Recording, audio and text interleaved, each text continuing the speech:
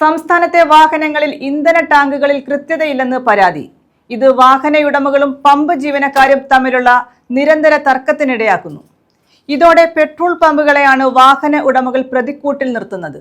ഇന്ധന ടാങ്കുകളിൽ കൃത്യത പാലിക്കുന്നുണ്ടെന്ന് വാഹന ഉടമകൾ ഉറപ്പുവരുത്തണമെന്ന് ഓൾ കേരള പെട്രോളിയം ട്രേഡേഴ്സ് സംസ്ഥാന ജനറൽ സെക്രട്ടറി അഷ്റഫ് സഭ ആവശ്യപ്പെട്ടു.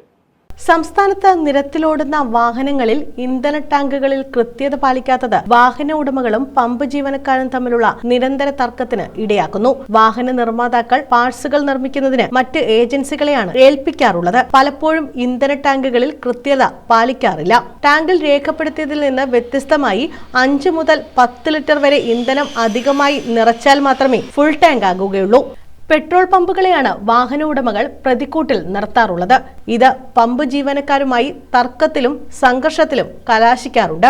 നമുക്കാണെങ്കിൽ പെട്രോൾ പമ്പുകൾക്കാണെങ്കിൽ വർഷാവർഷം ലീഗൽ മെട്രോളജി വന്ന് കാലിബ്രേറ്റ് ചെയ്ത് അതിൻ്റെ അളവും കാര്യങ്ങളും കൃത്യമാക്കി സ്റ്റാമ്പ് ചെയ്ത് പോകുന്ന സംവിധാനമാണ്. ഇതിൻ്റെ സർട്ടിഫിക്കറ്റൊക്കെ തന്നിട്ട് പോകുന്ന സംവിധാനമുണ്ട്. പക്ഷേ വാഹനങ്ങളിലൊന്നും കാലിബ്രേഷൻ കറക്റ്റല്ല. ഇത് പലപ്പോഴും പമ്പുടമകളും ജീവനക്കാരും വരുന്ന ഉപഭോക്താക്കളും തർക്കത്തിനിടയാകും. അടുത്തിടയിൽ നമ്മൾ അറിയാം, പല വിഷയങ്ങളും ഇതിനെപ്പറ്റി ഉണ്ടായിട്ടുണ്ട്. അതിന് വാഹന നിർമ്മാതാക്കളുമായിട്ട് ബന്ധപ്പെട്ടപ്പോൾ അവരുടെ ടാങ്കുകളൊന്നും കാലിബ്രേറ്റഡ് അല്ല.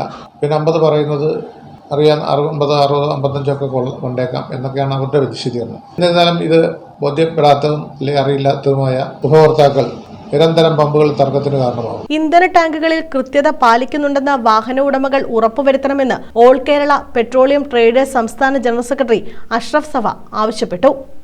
എഞ്ചിൻ പോലെ ഒരു കമ്പനി, ചേസ് ഒരു കമ്പനി, മറ്റ് ഉൽപ്പന്നങ്ങൾ ഒരു കമ്പനി, അങ്ങനെ അസംബ്ലി ചെയ്യുന്നത് ഇപ്പോൾ ടൊയോട്ട എങ്കിൽ ടൊയോട്ട, മാരുതി എങ്കിൽ മാരുതി, അവരുടെ ലേബലിലാണ് ചെയ്യുന്നത്. ഇതിനൊന്നും ഒരു കൃത്യമായ കണക്കുകളോ രൂപരേഖകളോ ഒന്നുമില്ല.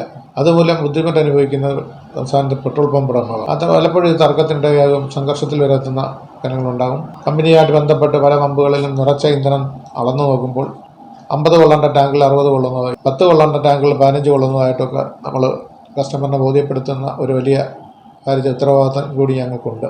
ഈ വാഹനങ്ങളിൽ ഉപയോഗിക്കുന്ന ടാങ്കുകൾ കൃത്യത ഉറപ്പുവരുത്തണമെന്നാണ് All Kerala Federation of Petroleum ട്രേഡേഴ്സിൻ്റെ ആവശ്യം. News bureau, Sasthamkotta.